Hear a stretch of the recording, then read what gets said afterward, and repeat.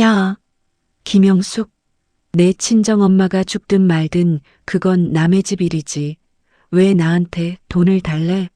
재수없게 새벽부터 뇌출혈로 쓰러진 엄마 수술비 1,000만 원만 빌려달라는 제 손을 뿌리치며 골프 가방을 챙겨 떠나던 남편이 내뱉은 말입니다.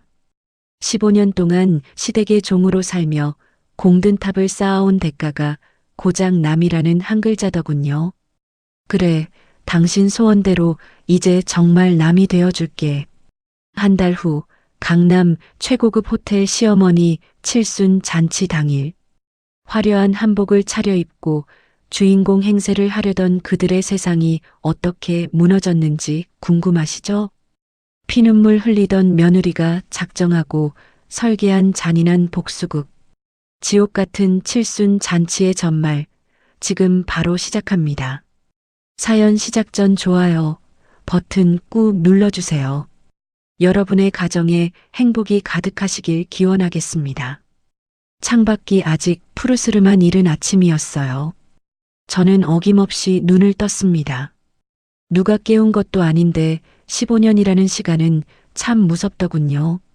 몸이 먼저 기억하고 주방으로 향했습니다.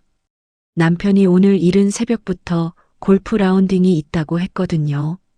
남편은 늘 제가 해주는 따뜻한 북엇국을 먹고 나가야 공이 잘 맞는다며 웃곤 했죠. 그 웃음을 지켜주고 싶어서 저는 지난 15년 동안 한 번도 게으름을 피운 적이 없었습니다. 시부모님 생신이면 며칠 전부터 장을 봐서 12첩 반상을 차려냈고요. 명절이면 허리가 끊어질 것 같아도 시댁 식구들 좋아하는 만두며 전을 산더미처럼 쌓았습니다. 그게 당연한 제 몫이라고 생각했어요. 착한 며느리, 순종적인 아내라는 소리가 제 인생의 유일한 상장인 줄 알았으니까요. 가스레인지 불꽃 위에서 냄비가 보글보글 끓기 시작했습니다. 구수한 냄새가 온 집안에 퍼질 때쯤 제 휴대폰이 요란하게 진동을 울렸어요. 이 새벽에 누구일까 싶어 화면을 보니 친정 오빠였습니다. 가슴이 철렁 내려앉더군요. 여보세요? 오빠, 이 시간에 웬일이야? 전화기 너머로 들려오는 오빠의 목소리는 떨리고 있었습니다. 영수가, 엄마가 쓰러지셨어. 급성 뇌출혈이래. 순간 머릿속이 하얘지면서 손에 들고 있던 국자가 바닥으로 떨어졌습니다. 뭐, 그게 무슨 소리야, 오빠? 어제까지만 해도 괜찮으셨는데. 지금 당장 수술 들어가야 한대. 그런데 수술비랑 보증금이 당장 급해. 너 혹시 1,000만 원 정도 바로 쓸 수 있어? 오빠의 절박한 목소리에 눈물부터 터져 나왔습니다. 저희 친정, 넉넉하지 못한 거 잘 압니다. 하지만 엄마는 하나뿐인 딸 시댁에서 기죽지 말라고 늘 당신 입을 것, 먹을 것 아껴가며 저를 뒷바라지해 주셨거든요. 알았어, 오빠. 내가 어떻게든 알아볼게. 일단 엄마 좀 잘 부탁해. 전화를 끊고 주저앉아 울고 있는데 안방 문이 열렸습니다. 남편이 골프웨어를 말끔하게 차려입고 나오더군요. 어우, 뭐야? 왜 주방 바닥에 주저앉아 있어? 내 북엇국은 다 됐어? 남편은 제 눈물 젖은 얼굴은 보이지도 않는 모양이었습니다. 저는 남편의 바짓가랑이를 붙잡고 매달렸습니다. 여보, 어떡해. 우리 엄마가 쓰러지셨대. 지금 뇌출혈로 수술해야 한다는데 1,000만 원이 급하대. 남편은 미간을 찌푸리며 시계를 보더군요. 뭐? 장모님이? 응, 여보. 당신 통장에 지난번에 상여금 받은 거 있잖아. 그거 좀 빌려줘. 내가 어떻게든 갚을게. 제발 한 번만 도와줘. 제 손은 바들바들 떨리고 있었습니다. 남편은 귀찮다는 듯 제 손을 거칠게 뿌리쳤습니다. 야, 김영숙. 너 지금 제정신이야? 여보. 지금 새벽부터 남 골프 가는데 재수없게 눈물바람을 해? 그리고 1,000만 원이 애 이름이야? 남편은 현관에 세워둔 골프 가방끈을 어깨에 매며 차갑게 말을 이었습니다. 당신 친정일은 남의 집 일이야. 왜 나한테 돈을 달래? 저는 제 귀를 의심했습니다. 지금 저 사람이 뭐라고 한 걸까요? 남의 집 일이라니. 여보, 우리 엄마잖아. 당신한테도 장모님이고. 장모님은 무슨. 당신이 우리 집에 시집 왔으면 이제 우리 집 귀신이지. 친정이랑 무슨 상관이야? 남편은 구두 주걱을 집어들며 아주 당연하다는 듯이 말했습니다. 그리고 그 돈, 우리 어머니 칠순 때 보태기로 했잖아. 어디 남의 집 일에 우리 귀한 돈을 써? 남의 집 일. 당신 정말 그렇게 생각해? 남편은 현관문을 열며 마지막 비수를 꽂았습니다. 그래. 그러니까 나한테 더 이상 귀찮게 굴지 마. 당신 친정 형편 뻔한데 그 돈 주면 다시 받을 수는 있고 괜히 사람 기분 잡치게 하지 말고 국이나 마저 끓여놔. 화당 하고 현관문이 닫혔습니다. 집안은 다시 지독한 정적에 휩싸였죠. 15년이었습니다. 이 남자를 위해, 이 남자의 가족을 위해 내간과 쓸개를 다 빼주며 살아온 세월이 말이죠. 제 생일은 잊어도 시어머니 생신은 한 달 전부터 챙겼던 제가 너무나 바보 같았습니다. 남편에게 저는 그저 살림해주는 사람, 자기 집안 수발드는 하녀에 불과했던 걸까요? 바닥에 널브러진 국자가 마치 제 처지 같아 보였습니다. 친정엄마가 사경을 헤매는 이 순간에도 남편은 골프채를 휘두르며 웃고 있겠지요. 남의 집 일. 그 말이 제 가슴 속에 화살이 되어 깊숙이 박혔습니다. 눈물은 더 이상 나오지 않았습니다. 아니, 차갑게 식어버렸다는 표현이 더 정확하겠네요. 저는 천천히 일어나 바닥에 떨어진 국자를 씻었습니다. 그리고 가스레인지 불을 껐습니다. 이제 남편을 위한 북엇국은 필요 없습니다. 제 눈빛은 어느새 창밖의 차가운 새벽 공기보다 더 서늘해져 있었습니다. 그래, 남의 집 일이라고 했지? 저는 거울 속에 비친 평생 순종적이기만 했던 낯선 여자의 얼굴을 빤히 바라보았습니다. 15년 공든 탑이 무너진 자리에는 차가운 복수심만이 남았습니다. 당신이 말한 그 남의 집 일이 어떤 결과를 초래할지 당신은 꿈에도 모를 겁니다. 저는 떨리는 손을 움켜쥐고 가방을 챙겼습니다. 우선은 엄마를 살려야 했으니까요. 하지만 그 문을 나서는 순간 저는 예전의 영숙이가 아니었습니다. 지독한 한기가 온몸을 감쌌지만 정신은 오히려 맑아졌습니다. 남편이 남긴 그 잔인한 말 한마디가 제 인생의 모든 항로를 바꿔놓았죠. 저는 현관을 나서며 다짐했습니다. 당신이 남이라고 선언한 이 순간을 평생토록 뼈저리게 후회하게 만들어주겠다고 말입니다. 병원 복도는 낮이나 밤이나 기분 나쁜 소독약 냄새가 코끝을 찔렀습니다. 중환자실 앞에서 엄마의 이름이 불리기만을 기다리는 그 시간이 제 인생에서 가장 길고 잔인한 시간이었죠. 의사 선생님은 당장 수술은 끝났지만 경과를 지켜봐야 한다고 하더군요. 저는 가방 깊숙이 숨겨두었던 통장을 꺼내 확인해 보았습니다.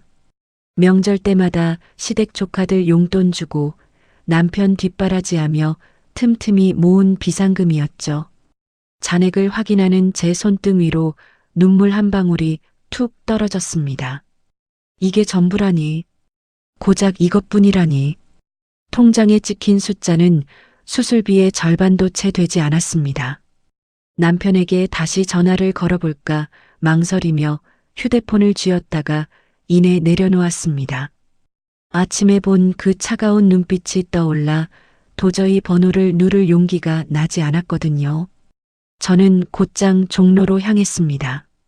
결혼할 때 친정 엄마가 어려울 때 요긴하게 써라며 내어주셨던 두툼한 순금 반지가 제 마지막 보루였죠. 금은방 유리창 너머로 보이는 제 몰골은 차마 눈 뜨고 볼 수 없을 만큼 초라했습니다. 이거 지금 팔면 얼마나 받을 수 있을까요? 금은방 주인이 저울에 반지를 올리고 계산기를 두드리는 소리가 제 심장을 깎아내는 소리처럼 들렸습니다. 손님, 요즘 금값이 좀 올랐어도 이 정도면 생각하신 것보다 적을 텐데요. 주인이 내민 지폐 뭉치를 봤는데 손이 부르르 떨렸습니다. 엄마의 정성이 담긴 반지를 이렇게 허망하게 보내야 한다는 사실에 가슴이 찢어지는 것 같았죠. 하지만 그 돈을 다 합쳐도 여전히 병원비를 충당하기엔 턱없이 부족했습니다. 결국 저는 평소 연락도 자주 못했던 친구 지숙이에게 전화를 걸었습니다.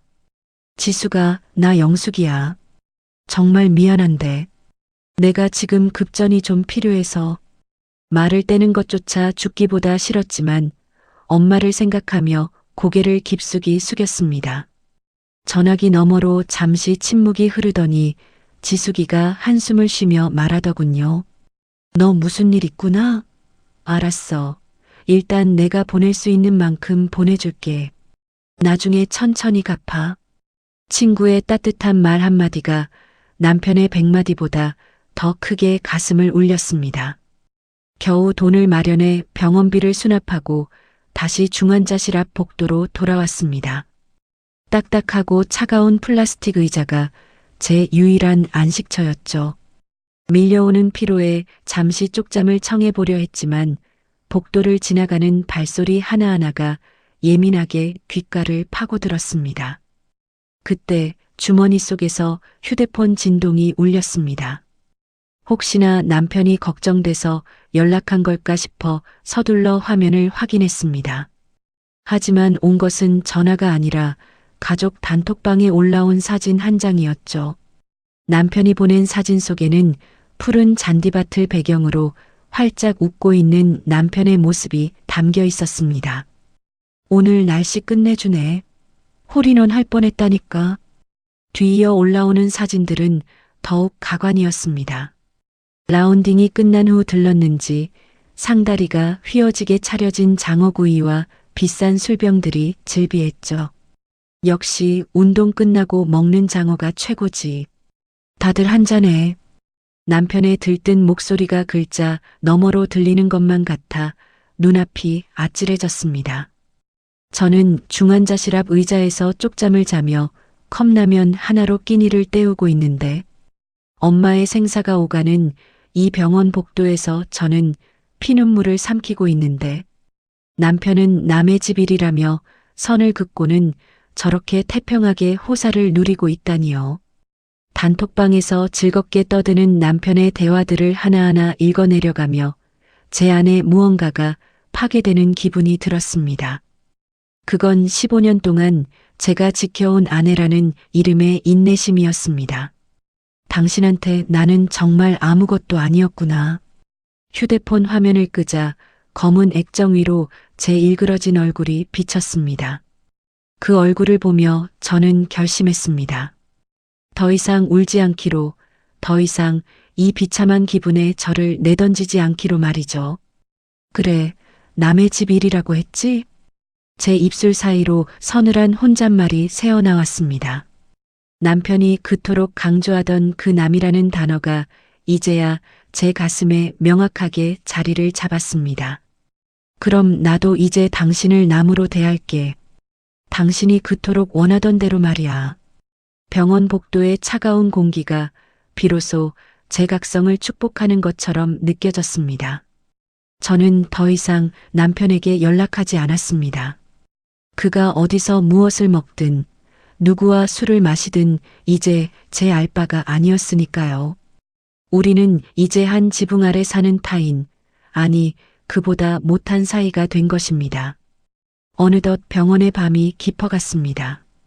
여전히 중환자실의 문은 굳게 닫혀 있었지만 제 마음의 문은 이미 남편을 향해 영원히 닫혀버렸죠.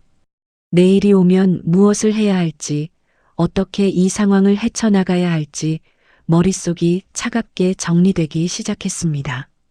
서러움으로 가득 찼던 가슴 속에 단단한 돌덩이 하나가 들어앉은 기분이었습니다. 기다려.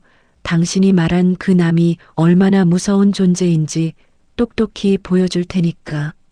저는 차가운 의자에 몸을 기대고 눈을 감았습니다.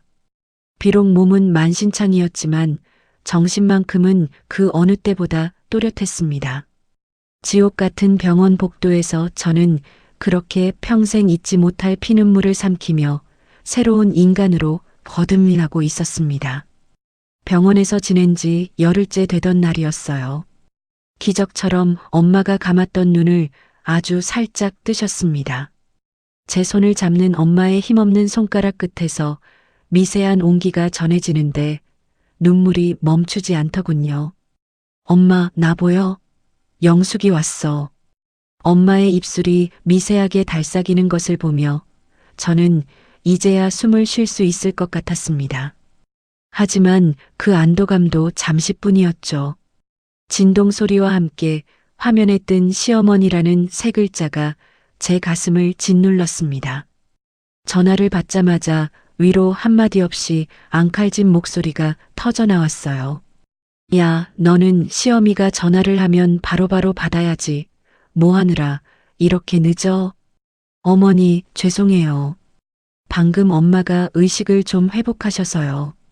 제 말이 끝나기도 전에 시어머니는 콧방귀를 뀌며 말을 가로챘습니다. 야, 사돈 쓰러진 게 무슨 벼슬이라도 되니? 네. 언제까지 병원에서 죽치고 있을 거야? 당장 내 집으로 건너와. 할 말이 태산이니까. 저는 엄마의 면회 시간이 끝나자마자 무거운 몸을 이끌고 시댁으로 향했습니다. 시댁 거실에는 남편이 먼저 와서 과일을 까먹고 있더군요. 제가 들어서는데도 남편은 고개도 까닥하지 않았습니다.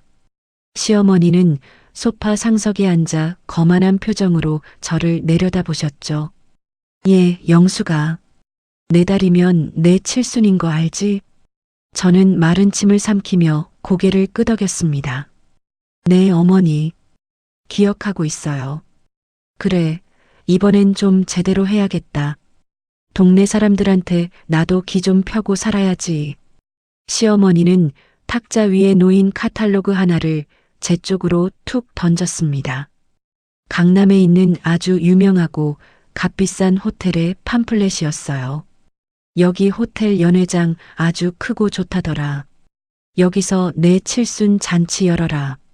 어머니, 강남 호텔은 비용이 만만치 않을 텐데요. 지금 저희 형편에. 제 말이 채 끝나기도 전에 남편이 옆에서 버럭 소리를 질렀습니다. 야, 김영숙.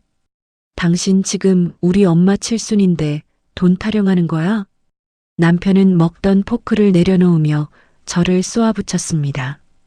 우리 엄마 평생 고생만 하셨는데 그 정도도 못 해드려? 여보, 지금 우리 엄마 병원비로 돈이 얼마나 들어갔는지 알잖아. 친구한테 돈까지 빌렸는데 그건 남의 집 일이고 왜 우리 엄마 잔치에 내 친정일을 끌어들여? 남편의 목소리는 거침이 없었습니다. 당신이 다 준비해. 이번에는 답례품도 격식 있게 최고급 와인으로 준비해. 와인? 답례품으로 너무 비싼 거 아니야? 어머니 기 살려드려야 한다니까 말 되게 많네. 네가 살림의 여왕이라며? 알아서 돈 아끼고 쪼개서 준비해봐. 시어머니는 옆에서 한술 더 뜨시더군요. 호텔 예약도 네가 직접 가서 제일 좋은 방으로 잡아놓고 한복도 제일 비싼 걸로 맞춰와라. 듣고 있어? 왜 대답이 없어? 예전에 저였다면 가슴을 치며 억울하다고 소리라도 쳤을 겁니다. 엄마는 병원에서 사경을 헤매다 겨우 눈을 떴는데 사돈 걱정은커녕 자기 잔치 타령만 하는 이 사람들이 징글징글했으니까요. 하지만 저는 가만히 고개를 떨구고 입술을 깨물었습니다.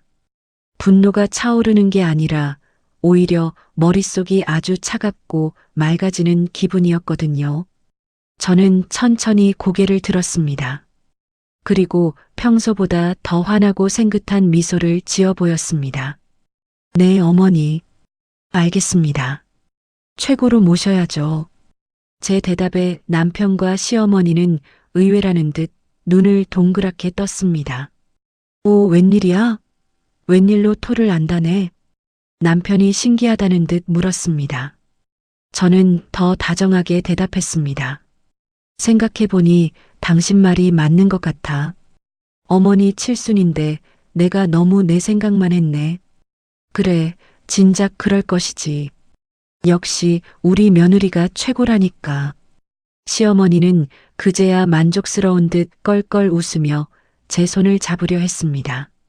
저는 그 손을 슬쩍 피하며 부지런히 움직였습니다. 제가 다 알아서 할게요. 명단도 짜고 와인도 최고급으로 준비하고 호텔 예약까지 완벽하게 해둘게요. 오호, 그래. 정말 괜찮겠어? 남편이 의심스러운 눈초리로 물었지만 저는 여유롭게 웃어넘겼습니다. 그럼 여보, 당신 체면도 있고 어머니 기 살려드리는 일인데 내가 열심히 해야지. 야, 역시 당신밖에 없다. 진작 이렇게 좀 나오지. 남편은 기분이 좋아졌는지 제 어깨를 툭 치며 웃었습니다. 그 손길이 닿는 곳마다 소름이 돋았지만 저는 끝까지 미소를 잃지 않았습니다. 어머니, 호텔은 제가 내일 당장 가서 계약할게요. 걱정 마시고 기다리세요. 그래, 그래. 호텔밥이 그렇게 맛있다던데 벌써 기대되는구나. 시어머니는 이미 주인공이 된 것처럼 하객들에게 자랑할 생각에 들떠 보였습니다. 저는 속으로 차갑게 뇌까렸습니다. 그래요, 마음껏 들떠보세요. 그 기분, 지금 충분히 즐겨두는 게 좋을 거예요. 남편과 시어머니는 자기들의 뻔뻔한 요구가 드디어 통했다며 승리감에 젖어 있었습니다.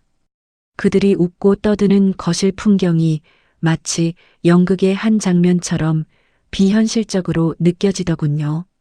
저는 시댁을 나오며 밤하늘을 올려다보았습니다. 심장이 세차게 뛰기 시작했습니다. 서러움 때문이 아니라 제 안에서 무언가 치밀하게 움직이기 시작했다는 신호였죠. 제가 다 알아서 한다고 했잖아요. 정말로 아주 완벽하게 처리해 드릴게요.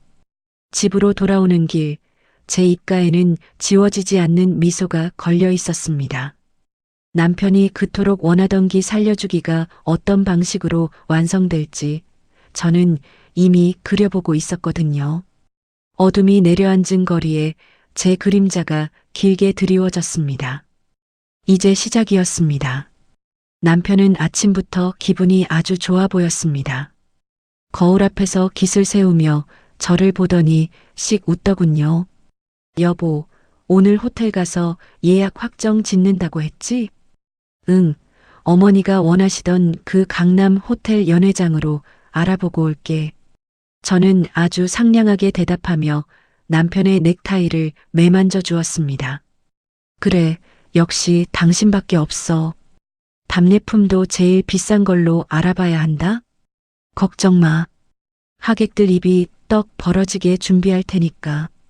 남편이 집을 나서자마자 제 얼굴에서 미소는 깨끗이 사라졌습니다.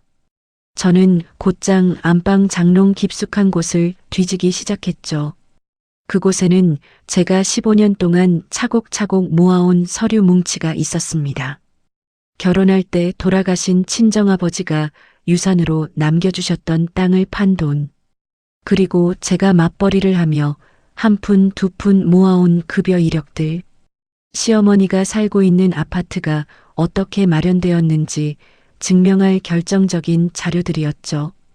그 집의 벽지 한 장, 장판 한 칸조차 제 피땀 섞인 돈과 친정의 유산으로 채워졌다는 사실을요. 저는 서류 뭉치를 가방에 챙겨 들고 집을 나섰습니다.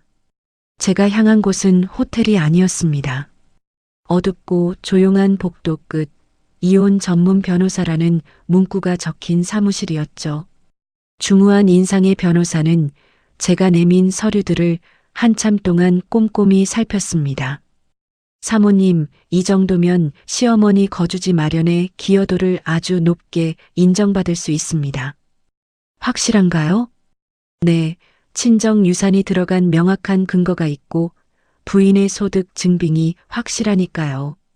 변호사의 확신에 찬 목소리를 들으며 저는 비로소 가슴속의 응어리가 조금 풀리는 기분을 느꼈습니다. 상담을 마치고 나오는 길에 저는 스마트폰을 꺼냈습니다. 뱅킹 앱을 실행시키자 남편의 이름으로 연결된 여러 건의 자동이체 목록이 떴죠. 남편은 몇 년 전 친구와 사업을 한다며 저 몰래 수천만 원의 카드 빚을 졌습니다. 독촉장이 집으로 날아오던 날 남편은 제 앞에 무릎을 꿇고 빌었었죠. 여보, 한 번만 살려줘. 당신이 이거 안 갚아주면 나 신용불량자 돼. 그때 저는 바보처럼 제 적금을 깨서 매달 남편의 카드 빚을 갚아주고 있었습니다. 화면 위에 떠 있는 해지 버튼을 가만히 내려다보았습니다. 남편은 이 돈이 매달 어디서 나와서 어떻게 빠져나가는지 관심조차 없었죠. 그저 제가 당연히 처리해주고 있을 거라 믿고 밖에서는 호기롭게 돈을 쓰고 다녔을 겁니다. 저는 주저없이 해지 버튼을 눌렀습니다. 당신 카드 빚도 당신 체면을 지켜주던 그 돈들도 이제 다 끝이야. 하나씩 하나씩 자동이체 설정이 사라지는 것을 보며 묘한 쾌감을 느꼈습니다. 남편은 이제 곧 알게 될 겁니다. 자신의 신용카드 수수료조차 제 희생 없이는 감당할 수 없었다는 사실을 말이죠. 하지만 지금은 아무것도 모른 채 골프장에서 웃고 있겠죠. 저는 다시 호텔로 향했습니다. 호텔 담당자를 만나 상담을 받고 예약을 했습니다. 예약자 성함은 어떻게 되시나요? 호텔 직원의 물음에 저는 남편의 이름을 아주 또렷하게 말했습니다. 최철수 씨입니다. 시어머니 칠순 잔치 예약하러 왔어요. 계약서에 서명을 하고 계약금을 입금했죠. 그러나 그 잔치는 제 15년 세월의 복수극 현장이 될 것입니다. 복수의 시계는 단 한 치의 오차도 없이 흐르고 있었거든요. 집으로 돌아오는 길, 저는 백화점에 들러 화려한 한복 카탈로그를 몇 권 챙겼습니다. 저녁에 남편이 돌아오면 보여줄 생각이었죠. 집에 도착하자 남편이 소파에 누워 TV를 보고 있었습니다. 왔어? 호텔은 잘 됐고? 그럼 아주 좋은 곳으로 예약했어. 와인 리스트도 받아왔으니까 한번 봐봐. 저는 남편 옆에 앉아 다정하게 서류들을 펼쳐 보였습니다. 남편은 내용을 제대로 보지도 않고 고개를 끄덕였습니다. 그래, 당신만 믿는다니까. 남편의 그 근거 없는 자신감이 오늘따라 참 가소로웠습니다. 자기 발밑의 땅이 이미 무너지고 있다는 것도 모른 채 저렇게 당당하다니요. 저는 남편의 등을 토닥이며 말했습니다. 걱정 마. 내가 정말 잊지 못할 잔치를 만들어줄 테니까. 제 목소리는 더없이 부드러웠지만 제 머릿속은 폭풍 전야처럼 고요하고도 치열했습니다. 변호사에게 맡긴 서류들, 그리고 제가 끊어버린 자동이체의 선들. 이 모든 것이 하나로 연결되어 남편과 시어머니를 향해 조여가고 있었습니다. 저는 잠든 남편의 얼굴을 보며 조용히 은조렸습니다. 당신이 말한 남의 집 일, 그 대가가 얼마나 혹독한지 이제 곧 알게 될 거야. 내일이면 남편의 휴대폰으로 연체 문자가 하나둘 날아오기 시작하겠지요. 하지만 남편은 별일 아니라고 생각하며 무시할 겁니다. 저를 완벽하게 믿고 있을 테니까요. 그 믿음이 가장 큰 독이 되어 돌아가는 순간을 저는 아주 차분하게 기다리고 있었습니다. 설계는 끝났고 이제 남은 건 완벽한 실행뿐이었습니다. 드디어 그날이 밝았습니다. 창틈으로 들어오는 아침 햇살이 유난히도 투명하고 맑더군요. 저는 이번에 새로 장만한 옥색 한복을 정성스럽게 꺼냈습니다. 다리미의 온기가 비단 위를 지나갈 때마다 빳빳하게 펴지는 주름을 보며 제 마음도 함께 정돈되는 기분이었죠. 거울 속에 비친 제 모습은 15년 전 결혼식 날보다 훨씬 더 단아하고 기품이 있어 보였습니다. 얼굴에는 평소보다 조금 더 짙은 화장을 올리고 입술에는 생기 넘치는 붉은색을 꼼꼼히 칠했습니다. 안방에서는 남편이 콧노래를 흥얼거리며 넥타이를 고르고 있더군요. 여보, 나 이 넥타이 어때? 오늘 주인공 아들인데 너무 칙칙해 보이면 안 되잖아. 남편은 거울 앞에서 몸을 이리저리 돌려보며 한껏 멋을 부리고 있었습니다. 어머니의 환갑 때보다 훨씬 더 비싼 양복을 빼입은 그의 얼굴에는 근거 없는 자신감이 가득했죠. 저는 남편의 곁으로 다가가 흐트러진 깃을 정돈해 주었습니다. 아주 멋지네. 어머니 친구분들이 보시면 다들 아들 하나는 정말 잘 뒀다고 입이 마르게 칭찬하시겠어. 제 칭찬에 남편은 어깨를 으쓱하며 제 손을 가볍게 쥐었습니다. 하긴 강남 한복판 호텔에서 이런 대규모 잔치를 여는데 누가 부러워하지 않겠어? 당신이 그동안 고생하며 준비한 보람이 있을 거야. 남편은 현관에 놓인 구두를 신으며 재촉하듯 말했습니다. 준비할 게 많을 텐데 우리 얼른 가야지. 당신은 먼저 나가서 연회장 입구에서 손님 맞을 준비 다 해놓고 있어. 저는 아주 상냥하게 웃으며 고개를 끄덕였습니다. 알겠어. 나는 먼저 나가볼 테니까 당신은 어머니 모시고 천천히 와. 그래, 역시 우리 영숙이는 일 처리가 확실해. 이따 호텔에서 보자고. 남편의 배웅을 받으며 집을 나서는 제 발걸음은 깃털처럼 가벼웠습니다. 하지만 제가 몰고 간 차가 향한 곳은 화려한 호텔 연회장이 아니었습니다. 차가 도착한 곳은 엄마가 계신 병원 주차장이었죠. 저는 운전석에 앉아 가방 속에서 종이 한 장을 꺼내 가만히 들여다보았습니다. 정확히 일주일 전 저는 남편 몰래 호텔 예약을 취소했습니다. 그곳은 오늘 제 시어머니의 칠순 잔치가 열리지 않을 텅 빈 공간일 뿐이었습니다. 환불받은 돈은 이미 다른 곳으로 향해 있었습니다. 저는 그 돈을 가지고 곧장 병원 원무과로 향했습니다. 여기 우리 엄마 요양비 미리 결제할게요. 카드를 내미는 제 손끝이 짜릿하게 떨렸습니다. 영수증에 찍힌 금액을 확인하는 순간 가슴속 깊은 곳에서 뜨거운 불꽃이 튀어오르는 것 같았죠. 이게 바로 제가 15년의 인내 끝에 준비한 진짜 잔치였습니다. 병원 복도를 걸어가는 제 한복 치맛자락이 기분 좋게 사각거리는 소리를 냈습니다. 엄마는 창가 햇살 아래서 평온한 얼굴로 잠들어 계시더군요. 저는 한복 차림 그대로 엄마의 야윈 손을 꼭 잡고 침대 곁에 앉았습니다. 엄마, 나왔어. 이제 병원비 걱정은 안 해도 돼. 내가 다 해결했거든. 잠결에 제 목소리를 들었는지 엄마의 입가에 옅은 미소가 번지는 것 같았습니다. 그 시각 남편과 시어머니는 잔뜩 멋을 부리고 호텔 로비에 도착했습니다. 시어머니는 수백만 원짜리 한복을 휘날리며 지인들에게 전화를 돌리고 있었겠죠. 응, 나 지금 호텔 로비야. 어서들 와서 밥 먹어. 라며 거드름을 피웠을 그들의 모습이 눈에 선했습니다. 그들은 기세등등하게 예약 데스크로 걸어가 이름을 말했습니다. 하지만 호텔 직원의 대답은 얼음장처럼 차가웠죠.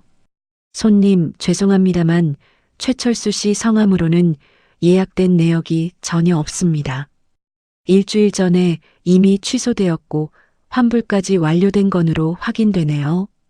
그 말을 듣는 순간 남편의 얼굴이 어떻게 변했을지, 시어머니가 얼마나 당황하며 뒷목을 잡았을지 상상이 가시나요? 그때부터 제 가방 속에서는 휴대폰이 비명처럼 진동을 울려대기 시작했습니다. 화면에는 남편의 이름이 쉼없이 떠올랐다가 사라지기를 반복했죠. 부재중 전화 숫자는 순식간에 50통을 넘어섰습니다. 남편은 지금 미친 사람처럼 제 번호를 누르며 호텔 로비를 배회하고 있었습니다. 하객들이 하나둘 도착하기 시작했을 그 아수라장 속에서 말이죠. 시어머니는 아마 텅 빈 연회장 로비 바닥에 주저앉아 통곡이라도 하고 싶었을 겁니다. 수십 명의 지인 앞에서 평생 쌓아온 체면이 한순간에 무너져 내리는 소리가 들리는 듯 했습니다. 하지만 저는 휴대폰을 들지 않았습니다. 지금 제게 중요한 것은 텅 빈 허례허식이 아니라 엄마의 손에서 느껴지는 이 미지근한 온기뿐이었으니까요. 화려한 샹들리에 조명보다 병실 창가로 스며드는 이 따스한 오후의 햇살이 수만 배는 더 가치 있게 느껴졌습니다. 저는 잠든 엄마의 얼굴을 손으로 쓸어내리며 조용히 의졸였습니다. 파렴치한 당신들, 이제 정말로 남의 집 일이 무엇인지 뼈저리게 알게 되었겠네. 저는 자리에 일어나 엄마의 이불 끝을 정성스럽게 여며주었습니다. 창밖으로 보이는 세상은 여전히 평화롭고 고요하게 흘러가고 있었습니다. 하지만 그 평화 아래서 누군가의 경고했던 성은 무참히 가루가 되어 흩어지고 있었죠. 저는 그 처절한 몰락을 멀리서 지켜보며 비로소 제가 선택한 진짜 가족의 곁을 지키기로 했습니다. 한복을 입고 병실에 앉아 있는 제 모습이 남들의 눈에는 기이하게 보였을지도 모릅니다. 하지만 저는 그 어느 때보다 제 옷이 몸에 꼭 맞는다고 느꼈습니다. 이 옷은 더 이상 시댁의 노예로 살던 여자의 옷이 아니었습니다. 제 소중한 사람을 지켜낸 세상에서 가장 강한 딸의 갑옷이었습니다. 저는 의자에 깊숙이 몸을 기대고 천천히 눈을 감았습니다. 아수라장이 된 호텔 로비의 소음 대신 엄마의 규칙적인 숨소리에 귀를 기울였습니다. 계획했던 모든 복수가 완벽하게 시작된 그들의 하루를 축복하며 저는 아주 오랜만에 단 한 점의 불안함도 없는 깊은 평온을 맛보았습니다. 병실 안은 고요하기만 했습니다. 하지만 제 가방 속은 계속해서 전혀 다른 세상이었습니다. 진동이 멈출 기미도 없이 울려댔거든요. 잠시 휴대폰을 꺼내 화면을 보았습니다. 부재중 전화 78통, 그리고 쉴 새 없이 쏟아지는 문자 메시지들. 어디야? 당장 전화 안 받아? 너 미쳤어? 호텔 예약이 왜 취소된 거야? 엄마 쓰러지기 일보 직전이야. 사람들 다 왔는데 이게 무슨 망신이야. 남편의 다급함이 액정 너머로 고스란히 전해졌습니다. 화려한 호텔 로비는 아수라장이 되었고 곱게 한복을 차려입고 온 하객들은 텅 빈 연회장을 보며 쑥덕거렸습니다. 시어머니는 그 사람들 틈에서 뒷목을 잡고 주저앉아 버렸죠.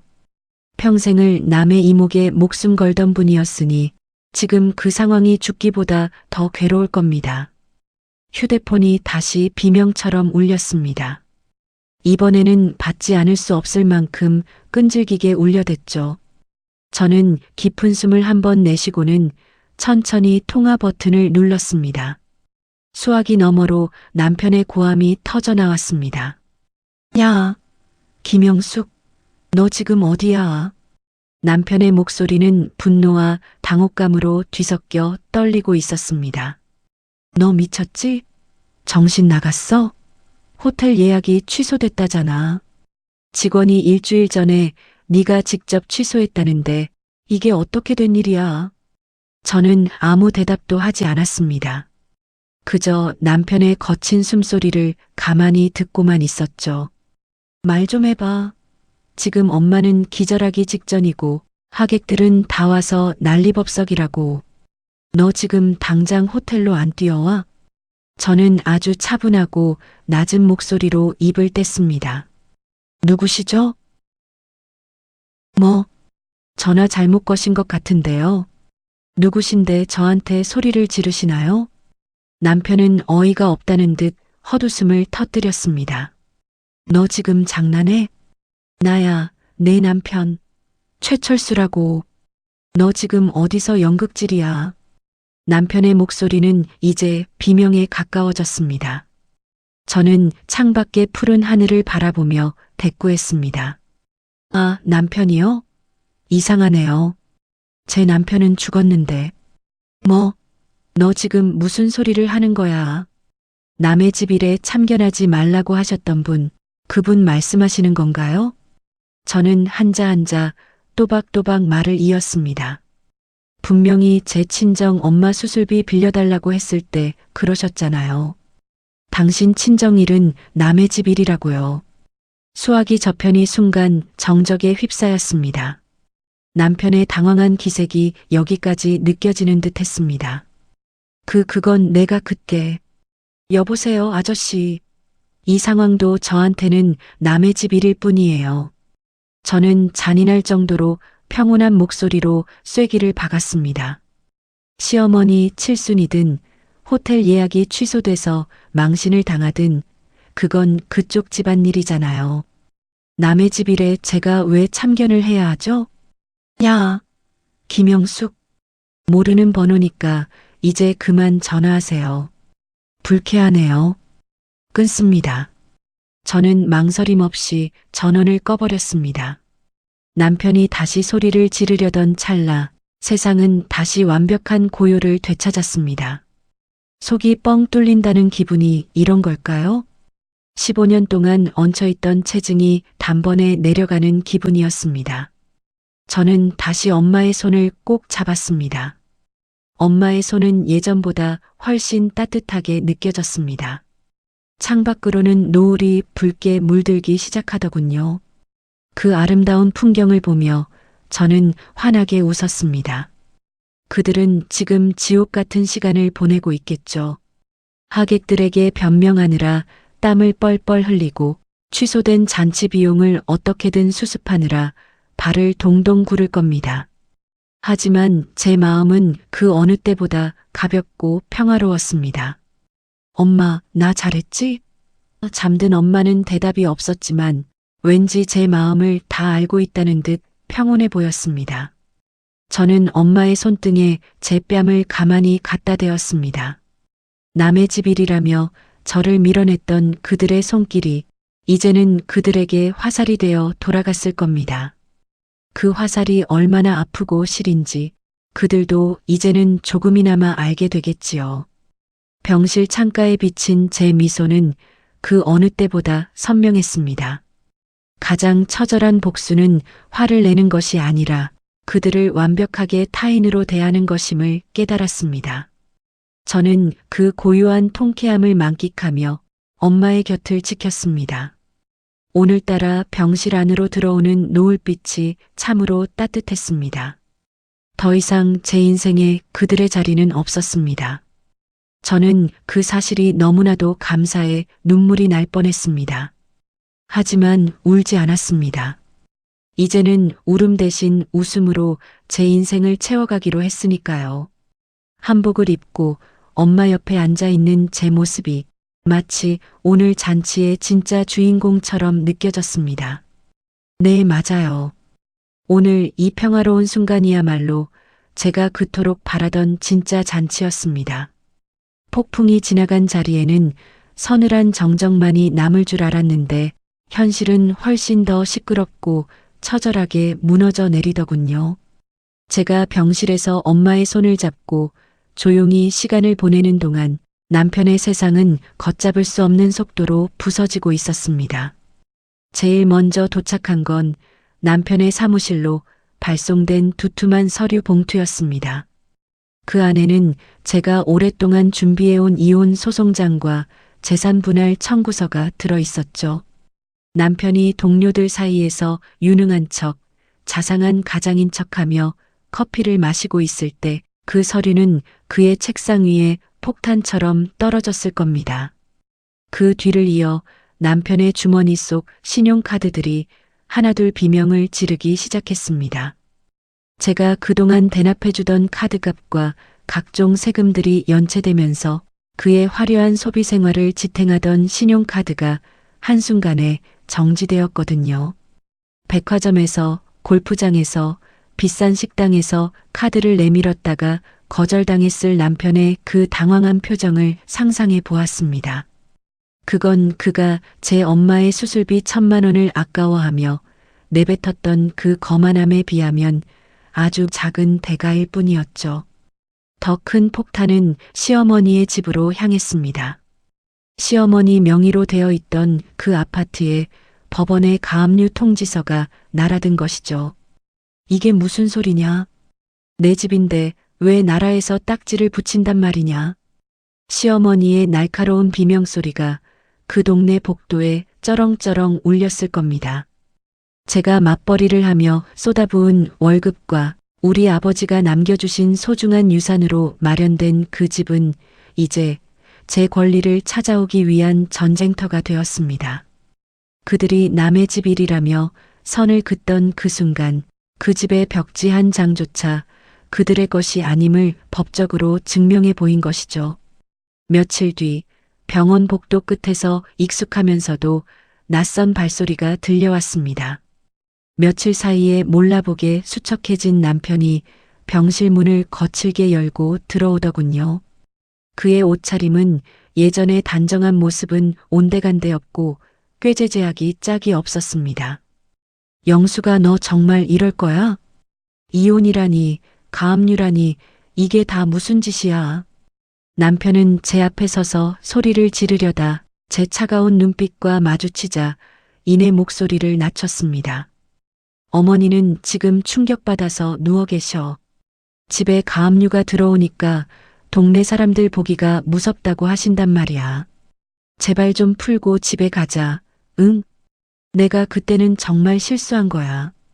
저는 아무 대답 없이 그를 뚫어지게 바라보았습니다. 그는 제 침묵이 무서웠는지 갑자기 제 발 앞에 무릎을 꿇었습니다. 여보, 내가 잘못했어. 내가 정신이 나갔었나 봐. 장모님 수술비 내가 어떻게든 구해서 다 갚을게. 그러니까 이 소송 취하해줘. 남편은 제 한복 자락을 붙잡으며 애처롭게 매달렸습니다. 그 손이 제 옷에 닿는 순간 온몸에 소름이 돋으며 역겨움이 치밀어 올랐습니다. 저는 그의 손을 차갑게 뿌리쳤습니다. 누구세요? 영수가 왜 이래 정말. 내 옷자락에서 그 더러운 손 치워. 저는 남편의 눈을 똑바로 응시하며 아주 조용히 하지만 단호하게 말했습니다. 우리 엄마 수술비 아깝다던 그 손으로 내 옷자락 잡지 마. 더러우니까. 남편의 얼굴이 순식간에 수치심으로 붉게 물들었습니다. 어떻게 사람이 이렇게 독해질 수가 있어? 15년을 같이 산 남편한테 어떻게 이래? 남편? 저는 헛웃음을 터뜨렸습니다. 당신 입으로 그랬잖아. 내 친정일은 남의 집 일이라고. 그 말을 내뱉는 순간 당신은 나한테 아무 상관없는 타인이 된 거야.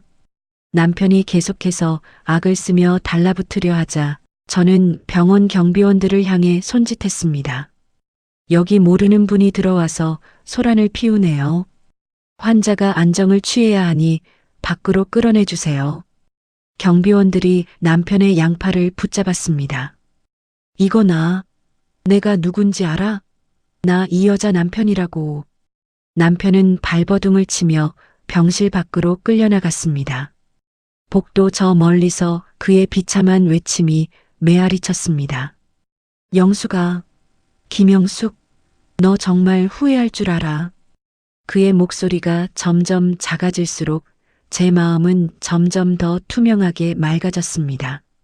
저는 다시 병상 옆 의자에 앉아 엄마의 손을 정성스럽게 닦아주었습니다. 방금 제 옷을 스쳤던 그 불쾌한 감촉을 씻어내고 싶었거든요. 엄마는 평온하게 숨을 몰아쉬고 있었습니다. 이제 그들의 몰락은 시작일 뿐입니다. 남의 집 일이라며 타인의 고통을 비웃던 대가가 얼마나 쓰라린 것인지 그들은 앞으로 남은 생애 동안 뼈저리게 느끼게 될 겁니다. 저는 차갑게 식어버린 커피 한 잔을 마시며 창밖으로 보이는 평화로운 풍경을 감상했습니다. 그들이 무너지는 소리가 제게는 세상에서 가장 아름다운 클래식 음악처럼 들리더군요. 더 이상 제 인생에 그들의 그늘은 없었습니다. 저는 이제야 비로소 제가 세운 이 단단한 성 안에서 가장 소중한 사람들과 함께 살아갈 준비가 되었습니다. 병실 문 밖은 여전히 소란스러웠을지도 모르지만 제 마음속은 그 어느 때보다 고요하고 단단했습니다. 독해졌다는 남편의 말, 그건 제게 최고의 찬사나 다름없었으니까요. 저는 제 소중한 것을 지키기 위해 기꺼이 그들에게 가장 독한 사람이 되기로 했습니다. 판결봉 소리가 3번 울려 퍼지던 날을 기억합니다. 이로써 두 사람의 혼인 관계는 해소되었습니다. 법정을 나서며 올려다본 하늘은 유난히도 푸르고 높더군요. 15년이라는 긴 세월을 묶어두었던 무거운 사슬이 단번에 끊겨나가는 기분이었습니다. 제 손에는 정당하게 찾아온 제 몫의 재산 분할 판결문이 들려 있었습니다. 친정아버지의 유산과 제가 흘린 피땀으로 일궈낸 아파트 대금, 그리고 남편이 제 돈을 축내며 저질렀던 카드 빚에 대한 위자료까지 모두 포함된 금액이었죠. 변호사님은 제 손을 잡으며 축하 인사를 건넸습니다. 영숙 씨, 정말 고생 많으셨어요. 이제 정말 자유예요. 감사합니다, 변호사님. 제 권리를 포기하지 않게 도와주셔서 정말 고마워요. 저는 가방 속에 서류를 소중히 넣으며 처음으로 진심 어린 미소를 지었습니다. 소문으로 들려오는 그들의 근황은 처참하기 그지없었습니다. 강남 호텔에서 하객들 앞에 망신을 당했던 시어머니는 결국 가압류가 걸렸던 그 집에서 쫓겨나고 말았습니다. 평생 큰 소리치며 살던 기세는 어디로 갔는지 지금은 시장통 구석진 단칸방에서 끼니를 걱정하며 지낸다고 하더군요. 내 아들이 너한테 어떻게 했는데 이럴 수가 있느냐. 짐을 싸서 나가는 날까지 길길이 날뛰며 저주를 퍼부었다지만 이제 그 목소리는 제 귓가에 닿지도 않는 먼 나라의 소음일 뿐이었습니다. 남편의 몰락은 더욱 처절했습니다.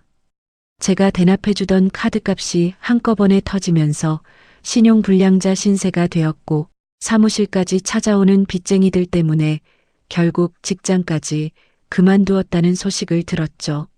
남의 집 일이라며 제 아픔을 비웃던 그 당당함은 사라지고 이제는 한 끼 식사비조차 빌리러 다니는 초라한 중년이 되었다고 하네요.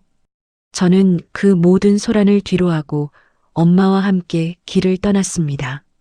차가운 병원 냄새 대신 흙내음과 풀 냄새가 가득한 공기 좋고 물 맑은 시골 마을에 작은 보금자리를 마련했죠. 창문을 열면 매일같이 지저귀는 새소리가 들리고 마당에는 엄마가 좋아하던 수국이 흐드러지게 피어있는 곳입니다. 어느덧 해가 뉘엿뉘엿 저무는 오후가 되었네요.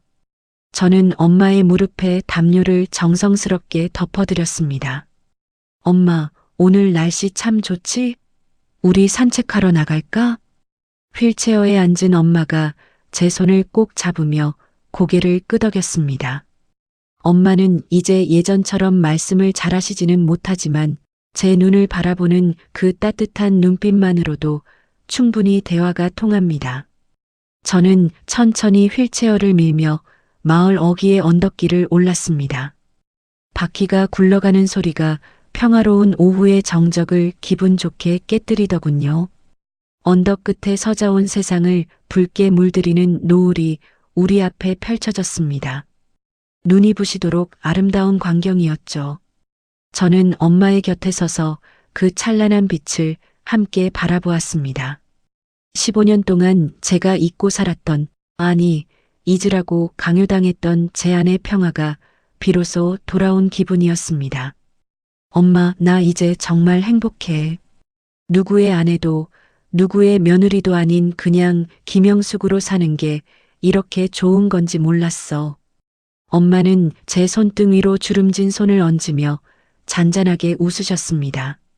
그 웃음이 마치 제 지난날의 고단함을 다독여주는 것 같아 가슴이 뭉클해졌습니다. 저는 붉게 타오르는 노을을 향해 조용히 뇌겠습니다. 누군가 제게 다시 묻는다면 저는 이제 당당하게 대답할 수 있습니다. 남의 집 일이라고 했나요? 그 매몰찬 한마디 덕분에 저는 깨달았어요. 남을 위해 내간과 쓸개를 다 내어주는 것보다 내 인생에서 가장 소중하게 지켜야 할 건 바로 나 자신이라는 걸 말이에요. 바람이 살랑이며 제 머리카락을 스치고 지나갔습니다. 비로소 시작된 저의 진짜 인생.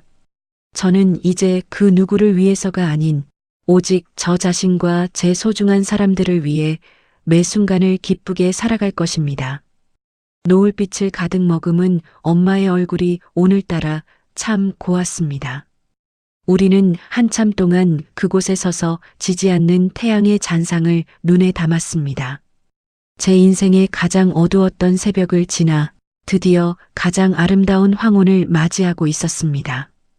이제는 정말 괜찮습니다. 저는 더 이상 남의 눈치를 보지도 서러움에 밤을 지새우지도 않을 테니까요. 오늘의 이 평화가 영원하기를 바라며 저는 다시 엄마의 휠체어를 밀고 우리의 따뜻한 집을 향해 천천히 발걸음을 옮겼습니다. 당신 친정일은 남의 집 일이야라며 아내의 피눈물을 외면했던 한 남자의 오만함이 불러온 처절한 결말 어떻게 보셨나요? 15년이라는 긴 세월 동안 헌신했던 아내를 타인으로 만든 건 거창한 배신이 아니라 가장 위로가 필요한 순간에 던져진 차가운 말 한마디였습니다. 가족이라는 이름으로 아내의 희생을 당연하게 여기던 남편과 시댁은 이제 자신들이 만든 고독의 구덩이 속에서 뼈저린 대가를 치르고 있습니다. 반면 모든 굴레를 벗어던진 영숙 씨는 이제야 비로소 누군가의 아내나 며느리가 아닌 자기 자신으로 살아가기 위한 눈부신 첫걸음을 내디뎠습니다. 여러분의 인생에서 끝까지 곁을 지키고 보듬어야 할 진정한 주인공은 누구인가요? 혹시 여러분도 누군가의 희생을 방관하고 있거나 혹은 홀로 모든 짐을 짊어진 채 숨죽여 울고 있지는 않으신가요? 오늘의 사연은 여기서 마칩니다. 영숙 씨가 선택한 용기 있는 새 출발을 함께 응원하신다면 구독과 좋아요로 마음을 보태주세요. 저는 더 가슴 뻥 뚫리는 통쾌하고 뜨거운 이야기로 다시 찾아오겠습니다.